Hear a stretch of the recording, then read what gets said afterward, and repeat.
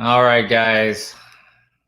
I am so sorry. We were having a lot of trouble trying to get Frank on, and I know it's 30 minutes behind. So I'm sorry to report we cannot have Frank can't not make it on. We could not get the tech. We were having technical difficulties, so apologize for that. So I'm just going to do my Q&A with coronavirus. So apologize about that, guys. Um, we kept dropping. His computer wouldn't support StreamYard for some reason, and so I couldn't get him on. And then we switched to Zoom, which meant I could only broadcast onto Facebook, and that connection kept dropping. So apologize. We're going to reschedule. And try again next week. So he's not available this week, but we're going to try again next week. Appreciate all your patience. So I'll just start over with my broadcast, I guess, on coronavirus. I'll take your Q&A here for the next 20, 30 minutes, however long you have me, however long we can go. So it's just me this time, Heather. So Mary Cummins, sorry. Jody, yep, gotta love technology. Frank's a good friend of mine, so he'll be back. We're gonna reschedule for next week. So I guess we'll get started. Hi, let's just get started. Hi everybody, I'm Dr. Vong. I've been doing a Facebook Live almost every single day about coronavirus. I was trying to have the great Frank Shankwitz, the founder of Make-A-Wish Foundation, on with me today, but we were having technical difficulties, so we are going to have to reschedule. In lieu of that, I will do a rapid fire Q&A. Now, if you're new to rapid fire Q&A, it's basically where I'll take your questions and I'll give you really quick answers to the topic at hand. So today, let's do some corona testing. There's been some interesting developments that have come. And I don't want to make this political, so please don't no hate stuff. And much love to everybody out there fighting this and struggling with this. So we will have Frank back. Oh, if you would like to support him, he has told me that his autobiography called Wishman is available on his website, wishman1.com, wishman1.com. And he will personally autograph it for you and mail it out to you. So wishman1.com, that would be great. All right, so let's do some Q&A real quick. Mary Cummins, how are you doing? Carmen, here we go. Let's do this. Carmen, that's a cool profile pic. Carmen, I like those rainbow glasses. Those are cool. Are cotton masks sufficient for shopping and such?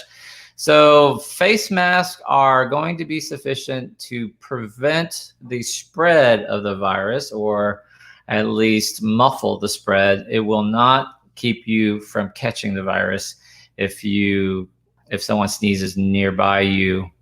Okay. All right. Who's next? So let's do some questions. Hi, Yanatan Asmaram. Oh, I got to show this. Very smart doctor. Thank you.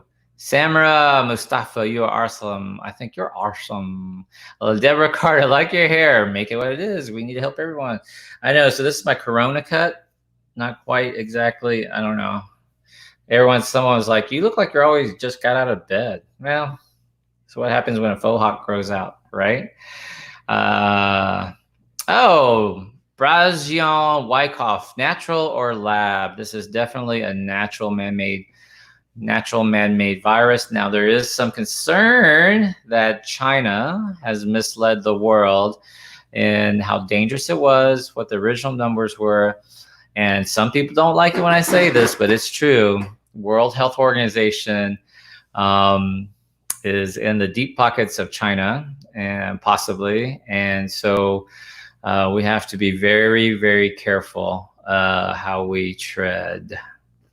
Sue first, should everyone get tested? In an ideal world, everybody could get tested and would be tested weekly. But we don't have that world. There just are not enough tests for everybody in the United States, despite what President Trump says. So most countries, including the United States, is doing selective testing, usually when you have symptoms. Now, I will tell you that the medical community, at least in the United States, has gone to a presumptive measure, which means if you show up with the signs and symptoms, we are going to assume that you have coronavirus, okay? And they're going to treat you as such. Excellent question. Dave Hensley, how is it China has double the population that we do, but we have 3 times the confirmed cases that they do? The answer is, do not believe the numbers coming out of China. More to come on that. Mita, do you think we will be back to work in May?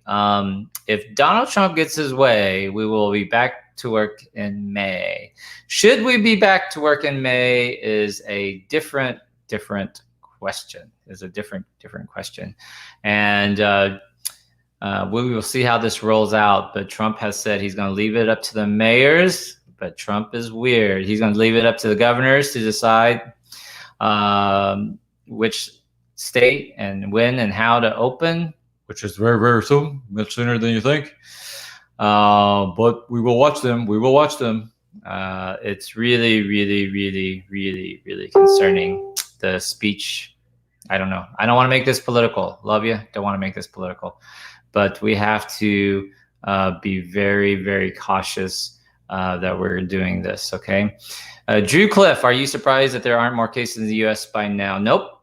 Well, I am, to the extent that we actually listened, and we did social distancing, and we did social isolation, and we stayed home, we did hand washing, we did all this stuff. We self-quarantined. That has blunted the number of cases. If we hadn't done that, it would have been disastrous. Sizzle the Strazzle, love the hair, Doc.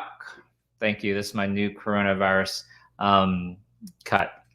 Scott Harkins, any news on the few reactivations, rehospitalized as a result, etc.? We haven't reactivated in the United States, as far as I know. I haven't heard the broadcast today.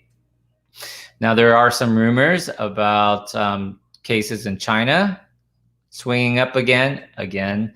I said I don't believe any numbers coming out of China. No offense to my Chinese colleagues, but that's just the truth. There are some questions about if South Korea is having an uptick, and again, I'm not sure. That is very different. So this kind of ties into the question about, is it possible to catch the virus twice? Technically, the answer is no, should be no. If you actually had the coronavirus, developed antibodies, you should be able to fight it off and not get it again the second time, if coronavirus behaves like every virus has in the history of virology.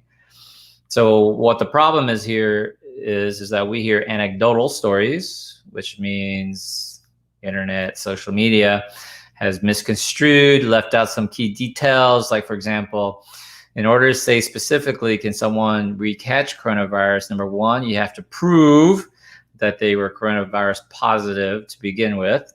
Number two, they were coronavirus negative times 2, because there are false negatives. Coronavirus negative times 2 tests. So then that's our standard for declaring that they're clear of coronavirus, and then developed symptoms and was tested again and showed that they were coronavirus positive again. Does that make sense? So to date, I'm not aware that there has been a case that's met that criteria. Only headline news that we need to ignore. Jason, man, you looking sharp, dude. Are you an artist? Look at that haircut. I need a haircut like that. Jason Touche. Will immune pills actually work against the virus? Any suggestion? I'm not sure what you mean by immune pills. I will say that the talk about hydroxychloroquine and azithromycin, also known as the Z-Pack, is at best premature. I want to see, take a question from one of my supporters who I saw earlier on. Oops, disappeared. Amy Winters, I think, is Australian. Am I right, Amy? Why aren't we hearing any news about Australia COVID-19 numbers? Well, it's on the Times, and Australia has done a good job of keeping its numbers down. Now, Australia is about the size of the United States in terms of landmass, if you don't count Alaska. But the Australian population is much less than the United States. We have 350 million people. I think you guys have a lot less than that. 50? What's the population of Australia? Someone Google it for me. It's 40, 50, 60 million, something like that. And I know you guys are really just along the coastlines for your major cities, you know, Sydney, Melbourne. I spent 6 months in Adelaide, Perth on the western coast, and most of the middle of it is outback desert, a few small towns and Aboriginal states. But for the most part, you guys are spread out, and so that's helped deter the spread for sure, and definitely cutting down on shutting down your country early on was super smart. RT, oh, what a cute kitty cat. What do you think about new research that animal owners have better immune system for COVID? I don't think that's new research. I think that is probably, again, the same thing, kind of sort of hearsay and anecdotal stories. And at best, they would be poorly designed studies. Mike Deegan, why do you think California numbers are so low, especially homeless communities? Same answer as Australia. Probably, Mike, the answer would be that California took a lot of action to shut down relatively quickly compared to New York City. I think they were 3 or 4 days closing that. Don't hold me to that timeline. I'm not a politician. But roughly 2, 3, 4 days prior to New York City shutting down, California shut down. And I think it was probably had a lot to do with the proximity, you guys' proximity to Washington. So you're much closer to where it started in the United States. So your people was much more on alert and has been able to keep it down. The homeless population, for the most part, I realize that there are a few tents, you know, some areas that are dense. That seems like there are a lot of homeless people. There are many more homeless people than need to be or should be, for that matter. But they're not as congested as, say, a high-rise building, a high-rise residential building with a bunch of residents. So, oh, here we go. I'm in Texas. Where's my Texas question? There we go. Leanne Ware. Hey, first of all, can you do me a favor? Put a 1 in the comment section if you like the StreamYard format. It's much more stable than Zoom. It goes to Facebook and it goes to YouTube, but I get to take your questions. So, for example, you get to see Leanne Ware's pretty face right there, and her question. Texas is talking about lifting restrictions next week. Too soon? In my humble opinion, I think it's definitely too soon for major metropolitan areas such as Houston, which has almost 4,000 cases, Dallas, San Antonio, Austin, the major cities. I'm curious to see how the governors are going to roll out this lift, and also what are they going to do if we have an increase in cases again. Thank you guys for all the ones. That's awesome. All right. Any new questions? Awesome. Well, then I'll just do compliments. The Mama Wamalara, you are the man. Well, you are the woman. Deborah Wolf, yes, this format is much better. Thank you. Round of applause for Deborah. For those of you guys in my weight loss surgery challenge, Deborah is an awesome, what is that called? Manager of the page, and does a great job summarizing my daily Facebook Lives in my challenge group. Here we go. Tabitha Restivo. When do you think rapid antibody tests will be available? I thought there were rumors it was going to be available really soon. That has been put on. There's testing. They're actively testing they think they have a pretty good candidate. We just have to run some more numbers to make sure that it is accurate, that we're testing the right thing. So whirlwind tailspin. Oh my God, you're live. I'm live every day, pretty much. It changes. So I'm sorry, Frank was having technical difficulties, the founder of Make-A-Wish. His computer wouldn't support StreamYard. We switched to Zoom. We were going on Facebook, and Facebook crashed on Zoom, as it's been doing. So it's just me taking questions. Couple more questions, guys. How long do antibodies last in the blood? Typhoid Mary, you're too funny. Too funny. It depends on the host response. So how hard was your infection? What was your viral load? How did your body respond? How many antibodies did you actually form?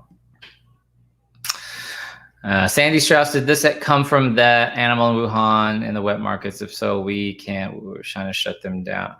No political commentary on that, but yeah, they've been able to trace it back to bats and near that wet market. Kaylee Neal, in Kentucky, it appears that school will be closed the rest of the year. Good decision. Do you think it will resume in August? Do you think there'll be another spike of cases if we are released before August? I don't know. Can't predict the future. I would be seriously concerned on that, Kaylee. We got to protect our kids. We really need this antibody test to see who has immunity to it, who's been exposed and now has immunity to it. We are 12 to 18 months, probably closer to 18 months from a vaccination, from a vaccine. And then once we get the vaccine that is effective, we have to make sure that enough people get vaccinated with the vaccine for it to really, really work. All right. Harvard Science published about SARS HIV. I haven't seen that yet. Reinventing my life. Cool pick. All right. Delphine. Oh, Mama Bear Aaron. Shouldn't we be worried about restrictions being lifted even in June, July? Won't this virus persist until a vaccine next year at some point? Possibly, but we have to make sure we don't destroy our global economy, not just the United States. And the cure can't be worse than the disease. So my guess is we will do a structured rollout, a structured easing. And I'm not in politics, so I can't control what they do, but it would make sense to me to ease restrictions in lower, lesser affected areas. They're probably not following the protocols anyway. And let some of these hot spots like New York, Detroit, Louisiana, chill out for stay on the restriction a little bit longer so they chill out. And then we have to have a very strong compliance. I sound like Trump. Strongly. We have to strongly consider this strongly. We are considering this strongly. We have to have very good protocols for testing and isolating if someone comes out positive. My guess is they're also going to have exceptions for people who are high risk, older, and immune compromised. So those people will probably still have protocols for those people until we have a better understanding of this virus. Jenny Simon, you can't force vaccines on immune compromised people because it would hurt or kill them. So that leaves a lot of people who can't get vaccinated. So technically, you can't force anybody to get a vaccination. There's a lot of debate about that. And, you know, as a resident, no, as a med student, that made me, no, we didn't have the flu shot as a med student. As a resident, they made me get a flu shot every year. And as a good resident, I complied And then I ended up getting sicker and sicker every single year. So I was my body was selectively choosing the rarer viruses. So I was getting the flu every year. And then my 5th year, I said, I'm not taking the flu shot anymore. So I stopped and haven't had one since. And then every year, once they made it more mandatory, the hospitals tried to force it upon me. I said I wasn't going to take it. I'm an objector. They put more pressure, more protocols, and ultimately they said you have to wear a mask if you're going to be in patient contact if you are not going to take the flu shot. So that's what I did. I wore a mask, but then again, they can't enforce that. Okay. So Sergio from Spain, from the other day, good seeing you back, Betty. Are smokers more compromised? Smokers is one of the highest risk people for poor outcomes. Now, you have to listen to what I said. One of the highest risk groups for poor outcomes with coronavirus infection. Will they get over it? Possibly, but they're at higher risk for poor outcomes. That means hospitalization would be poor outcome, ventilation, that's a poor outcome, and death is the ultimate bad outcome. So, tests. When I worked in a healthcare system, it was a condition of employment in the offer letter. Yep. As a doctor, you know, the regular staff, they said, if you don't get this this badge saying that you got your flu shot, we would send you home from work. And I got that letter and I said, okay, send me home. I'm not going to take it. So, oh, here's a good one. I like this one. Of course, the doctor says so, such bullshit. I'm out. So this is funny. I'm going to even just take his name off because it's really dumb. And people sit there and say, I'm out, and then they don't leave because their response is like, oh, did anyone really notice that I'm out? So don't, hey, for all of you guys, hey, the 500 of you watching me, come here. This is important. In life, you're going to have haters. You're going to have people who want to see you fail at your weight loss surgery. You're going to have people who don't want you to get the promotion. You're going to have people in your life who don't think that you should go back to school or start your own business, or that you can't make it on your own. Okay? Never trust somebody on social media who does not have a profile pic of themselves. If they are not willing to show a picture of their face, their actual face, then they're a coward and they're probably a fake account. So that's my public service announcement for now, because I get attacked. I get little statements. I get little haters, as we call them, trolls, as we like to call them. But I can take it. I'm a big boy. I'm a public figure. I know I put myself out there. So I know that I'm at risk for getting trolls and haters. That's fine. But you shouldn't be at risk. You should be able to enjoy Facebook, social media, Instagram, TikTok without having to be bullied by an anonymous person who's probably not even a real person. So my point of saying that was, you know, these times are weird and it's hard, and don't take it personally, right? And what I'm working on hard every single day while I'm doing this Facebook Live, while I'm transitioning, you know, I took all of the haters. You're a fear monger, Dr. Vong. You don't know what you're talking about. You know, you don't all the hate. That's fine, because a month ago, no one was taking the coronavirus seriously. And so nobody was practicing social distancing. Everybody was making funny memes.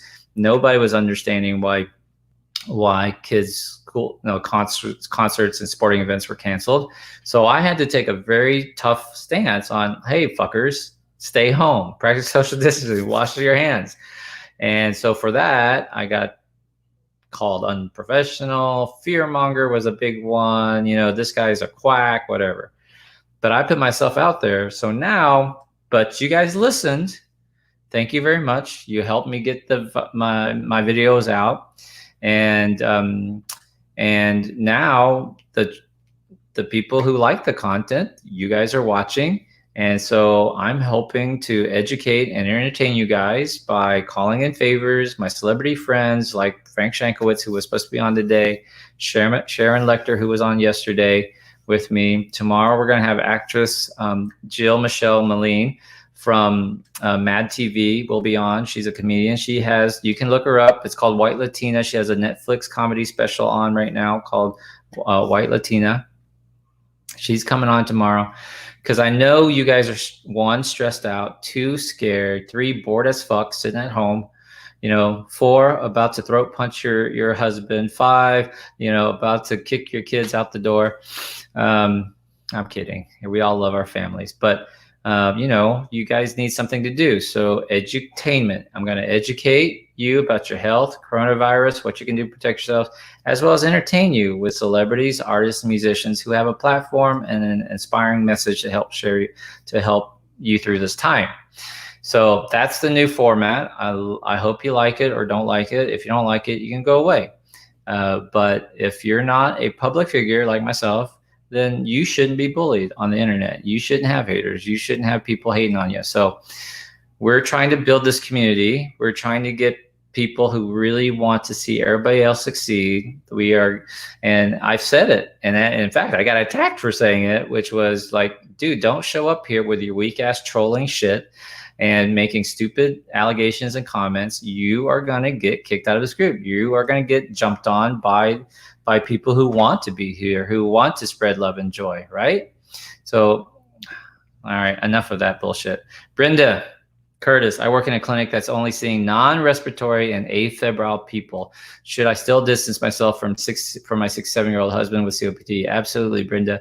So everybody, you should presume everybody has coronavirus. So that way you practice your safe distance, hand washing. I did a video about, how you protect your home from coronavirus, which means you change clothes at work, even if it's a clinic setting, change clothes at work, wash your hands. You need to wipe down your steering wheel, your car, all that stuff. When you get home, you pull in your driveway, get naked, take off your clothes. Please remember to close the garage door. And then hopefully you have a washing machine. You can put your clothes in the washer, jump in the shower, wash off. Because even if it's an outpatient clinic, afebrile patients, there are asymptomatic carriers, which range between 20 to 33%. We're not sure how much they're asymptomatic, 20 to 33%. And so if you have a high risk family members, those are the steps you have to take, minimize distance from you, because you are going to a hot zone. Hey, I want to take this question from Astrid because I saw that you were waiting on me patiently for half an hour. When can we go back to normal routine of seeing people and going outside? Just because the government is going to ease restrictions does not mean that people are going to comply.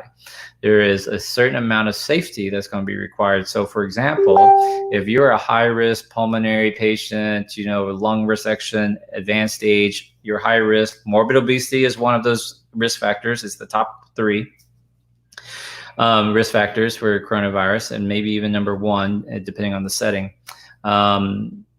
These patients who are high risk are going to be like, no, fuck you, man. I'm not going out. Screw you, Donald Trump. I'm not going out. Ease the restrictions. I'm high risk.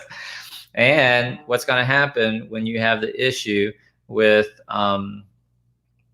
What are you going to do about work? Are you going to, your boss says, hey, you need to come back to work. And you sit there and say, no, I'm high risk. And, we won't feel completely normal until we have a good antibody test that tells us if we have immunity to it or not. And then 2, less importantly, but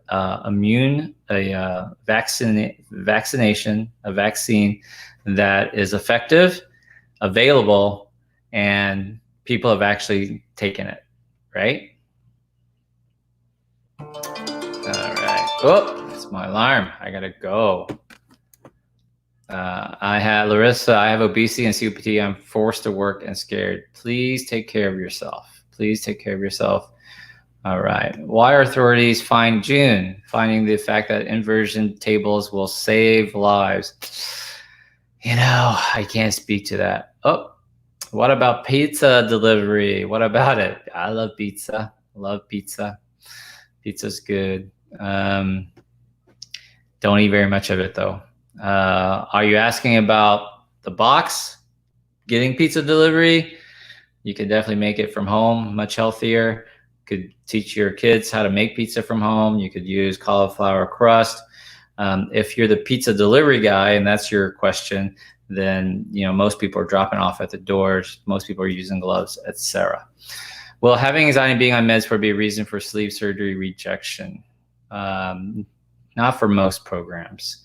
Can you, Mama Bear, back again? Can you compare the flu vaccine to the future vaccine for COVID? As best as I can, as best as I understand it, this coronavirus, this COVID-19 virus, is relatively stable. Yes, there are strains. Yes, there are a little bit of mutations, but that's one of the challenges of the vaccine.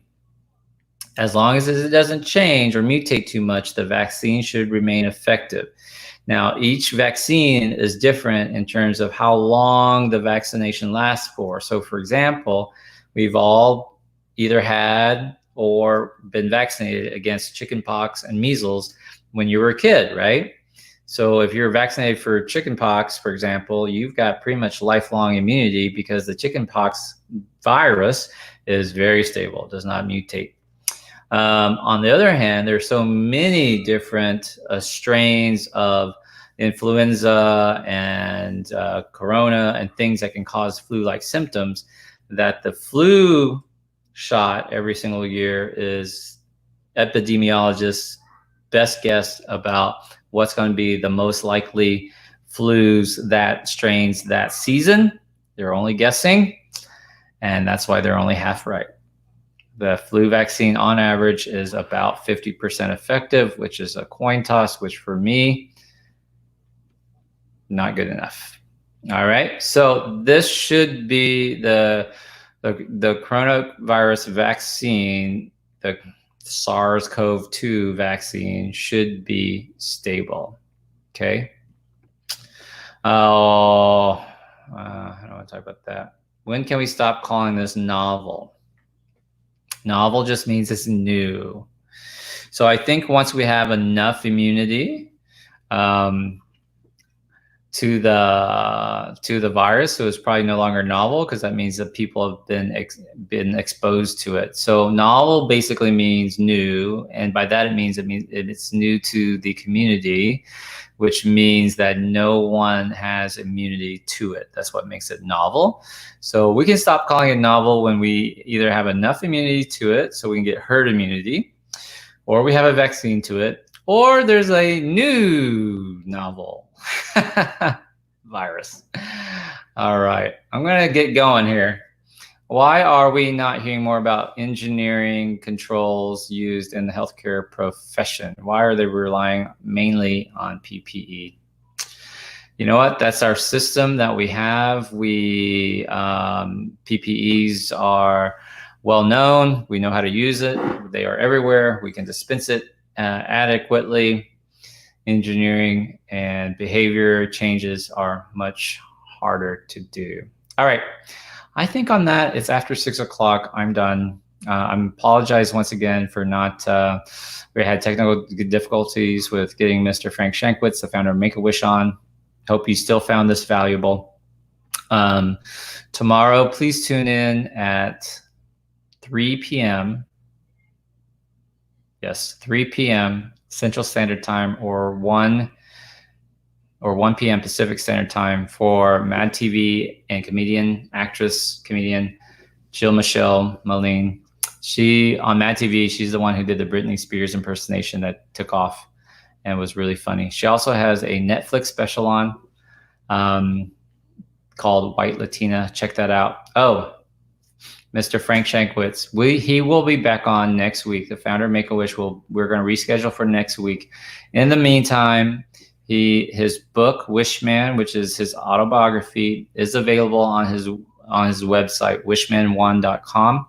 Wishman, the number 1.com, and he will personally autograph it for you. So that would make a great gift and give to a great cause. And you can also order the DVD of the movie about his life called Wishman, which qualified to be voted on for Best Picture for the Oscars this year. It qualified for the Oscars. I was a small investor in it, full disclosure, very small, nothing big baller, don't worry. And he will also sign a DVD copy of Wishman the movie for you too. All right, so love you guys. Stay safe, be good, be kind to each other, and I'll see you tomorrow for my next live. Thank you guys. Bye.